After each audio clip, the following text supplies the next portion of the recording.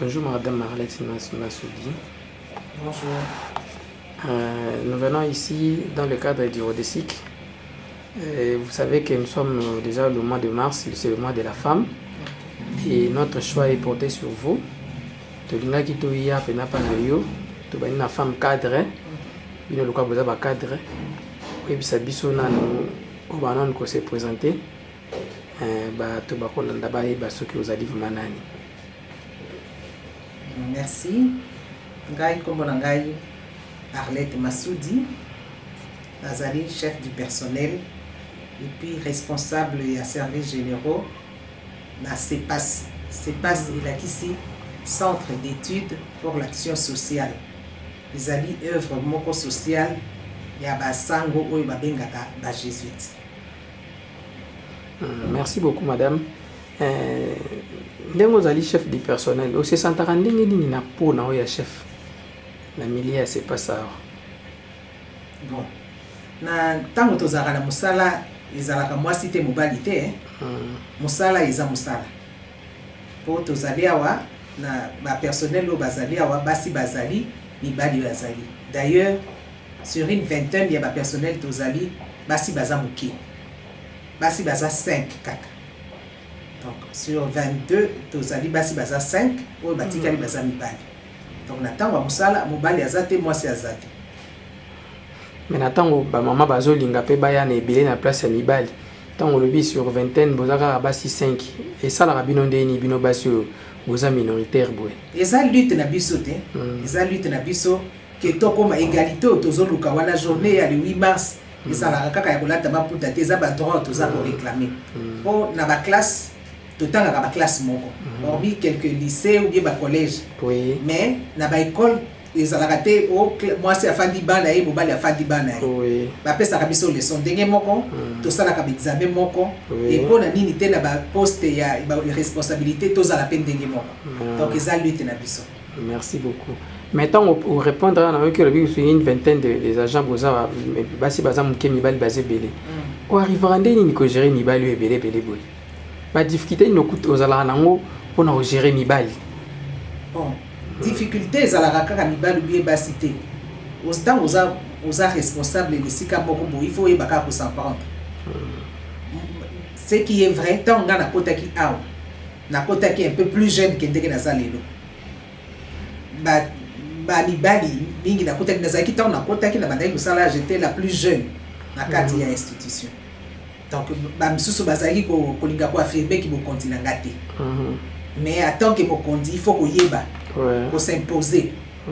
Que siko batinazier ezate ke batenga ya kotia mérité yango. Parce que ngai tant na ndenge nazali na c'est pas ça wa. Pona comme chef du personnel la pasaki na test. Oui. Ezate que bazwinga na nzela te. Oh relation moko boye. Non. Oh ba pistona ki yo. Pistona ngai ni non. Na mona offre wana na journal Le Potentiel. Vraiment. Nazala qui intéressé na comment na tika ba dossier na bossa na kutu 3 mois après de ba yeko benganga na sala test nzamba sali de na komi ndenge nazali makamwana lelo tozoluka to mona yango pe mais comme il passe comme kaka ko pistonner yango peut-être pe bomi société ya bonne zongo ma société biso effectivement tant moto ayela kanga offre wana ezali ndeko moko boye na journal la kisinga lobi tanga baza po balobaki candidature féminine de baza souhaité. Oui. Ngale seki ngale bien auto bona kana ba journaux ezalaka na kokabwate tellement que le monsieur a insisté. C'est un ami. Donc tant on a postulé kana zalaka même pas sûr. Na koyebisa bandeko donc ezalaka et arrive que c'est vrai bazo pistonner mais réalité wana ezali gamoko naza témoin gamoko muta pistona ngate na sala test. Amen. Siko na bandeko basi msusu bandimaka te ke lobi pa kokotanga classe azwa pe qui bokonzi conseil noko pesa bango o bazana bazo désespérer bazo ndimate ke bango le bakoko mape bato esika oyo vandi conseil noko pesa bango ezali kaka méritocratie place aux ali eza mérite kolinga facilité te déjà à partir ya classe il faut ko s'imposer pour la kisa que malgré la zotanga na mibali na za na place donc kotanga malamu koyeba eza kaka te bayokelo maoni ni te likambo mawe eza te donc ozotanga lokola moto nyonso na kati ya classe mwasi azalaka te mobali azalaka te na université même donc soko otangi kuna otangi malamu soko otangi no malamu oluki musala no abonné difforme nzambe pa kotia loboko donc eza likambo ya kozala te oponga naza na famille ya te eza likambo ya yo moko nanu oyeba. Merci beaucoup maman Arlette, en tout cas ça lui fait plaisir équipe na sur Rodesi to ngef mato ya ipana yo toyo kayo na cadre ya mois de la femme pourvu que basi msusu o baza ko se sous-estimer bazala quand même espoir yango to ngef mato banda na tongo ya lelo ipana yo toyo kayo o pesa bango maloba o pesi bango siko message no ko pesa siko comme mot de la fin na basi na ba maman mot de la fin na ko yebisa ba maman na ko yebisa basi kalande ezalaki mwasi esikani eza na cuisine kalande ezalaki eza na baposte moko kaka baza limité sikoyo ce n'est plus le cas toza na bafemme ministre toza na bafemme ingénieur toza na bamécanicienne toza na baélectricienne donc na domaine nyonso mwasi azali esika oyo yo olingi oyo motema no esepeli kende bunda olakisake malgré naza mwasi na yebi ezala compétence na yo moto kojuge makambo eza te ke bakotia faiblesse po aza mwasi bate wana po aza ndeko ya